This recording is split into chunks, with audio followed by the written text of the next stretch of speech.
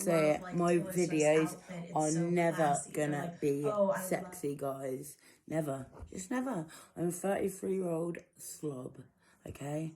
I missed my astrology session last night and I'm really upset about it. So here I am coming again to you with another video, which I don't know. I started Tumblr, and Tumblr is another good thing. I'm just putting it all out there when I can, you know? And let's go on to someone else. Let's go on to someone else different who we all find interesting, or we find a dynamic in their life really interesting. And going through my notes on my phone, when it comes to that, I do look for things on here where I think, oh, what did they say and what did they do, which was like kind of out there or different, you know. So the screenshots on my phone that I've got here, I've got Rihanna's chart, obviously I did that, and screenshot it. You know what? The notes are on the iPad, aren't they? Obviously, of course they are. But that doesn't matter. We got distracted there, so let's just go for random. Let's go for someone who said interesting. And I'm going to say Justin Bieber. But, you know what I mean? Justin Bieber, his birth chart's been done a lot. And so is his wife. And sometimes when you go on astro charts and you want to get a good reliability, this is another thing I'll say to you. If it's a double A rating, you know it's good. But then it can get disputed. Like I had one that was a double A rating, and it was Trisha Paytas saying she's a Virgo rising, when her ex, who was like that Sean Van Wen guy who's a dancer for Cher, he was actually saying that she's a Cancer rising, which, look, it just made so much more sense to me for her. But I don't know. So there you go. How about Meg the Stallion? That's the one I think I screenshotted on my own, because I'm absolutely in love with this woman, and I want to see why I'm so infected by her beauty and her gorgeousness. And this is another thing I'll tell you, is the amount of people in the celebrity industry who've got Mercury retrograde in their chart is just crazy. It's like unbelievable. And okay, so you want to hear Megan's chart? Let's just do a bit of everything. Why not? I'm a scary person. So she's a Sagittarius. I mean, she's an Aquarius sun, okay? She's different like that. Buddy, yaddy, yaddy, yaddy, yaddy, yaddy. She's the stallion. She gave herself that nickname, the stallion. That's really Aquarius to me. Give your own nickname. I fucking love it. Her moon's in Leo, so her sun and moon, she's obviously born on a full moon, or when it was just coming out of a full moon, or into one.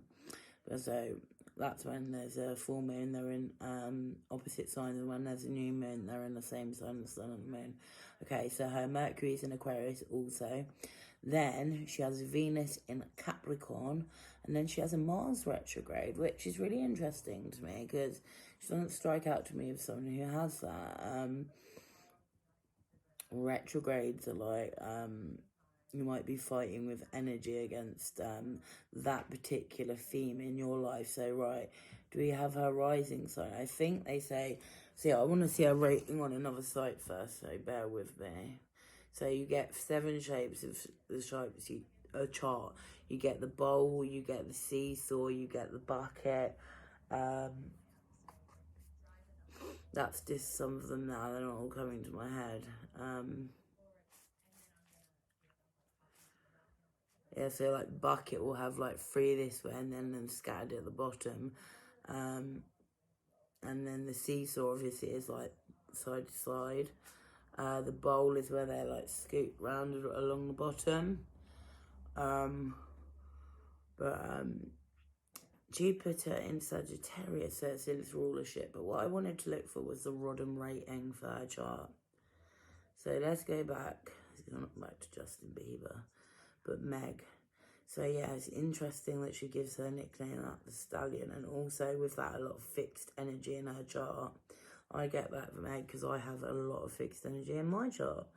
And you ain't gonna budge when you got that, and you are just gonna be you. You might feel a lot of loneliness, and you hear it in her songs, she feels a lot of loneliness, especially in her more recent music.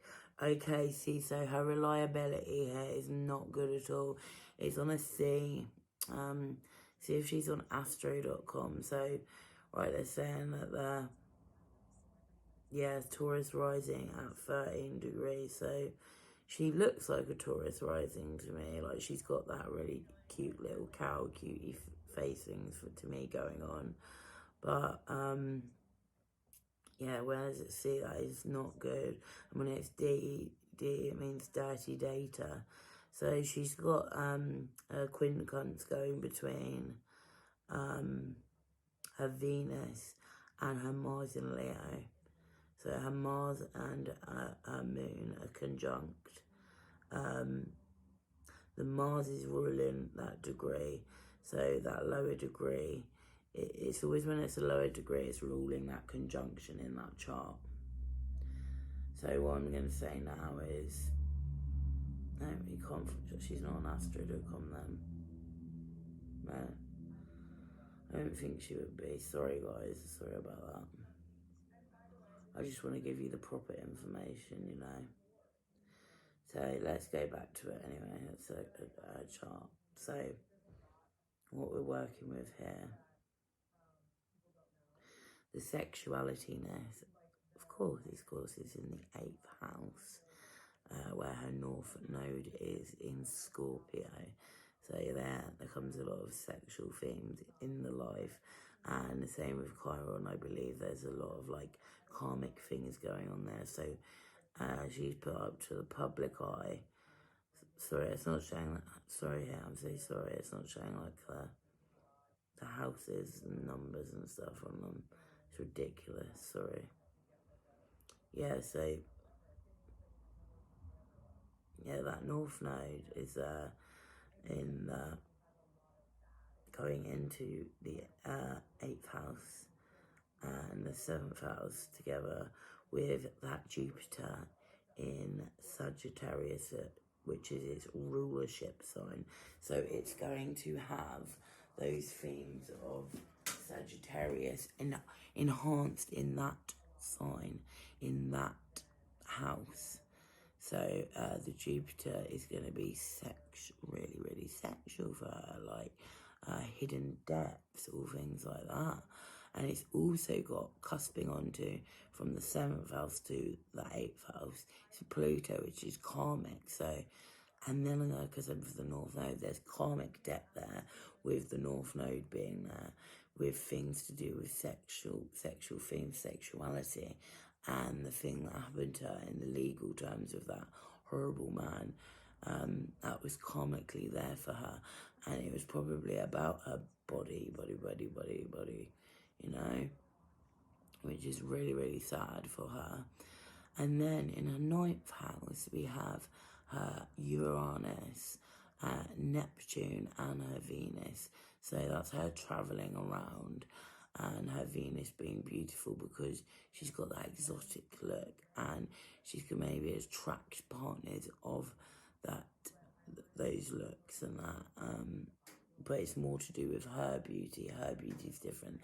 Hers is a stallion, and hers is coming from that part of Texas. Like, I'm saying Texas is exotic, but it's different to where you and I live, so it could be, you know. And she gave herself that nickname. Uranus is in there, along with like her Aquarius sun, then being in the house of career, midheaven being in Aquarius.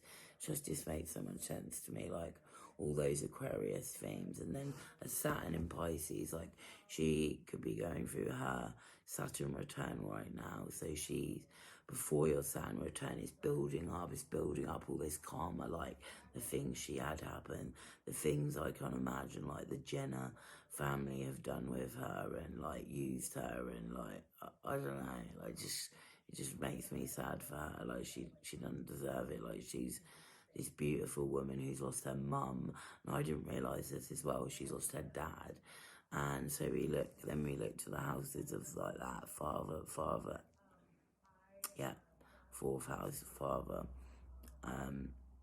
Mars is in there in retrograde, so you could say that is to do with her losing her father and her masculine roots, and also conjuncting with her mother there. Her mother had boss energy, and maybe her father did as well. I don't know too much about that. It's actually really sad. You see the mum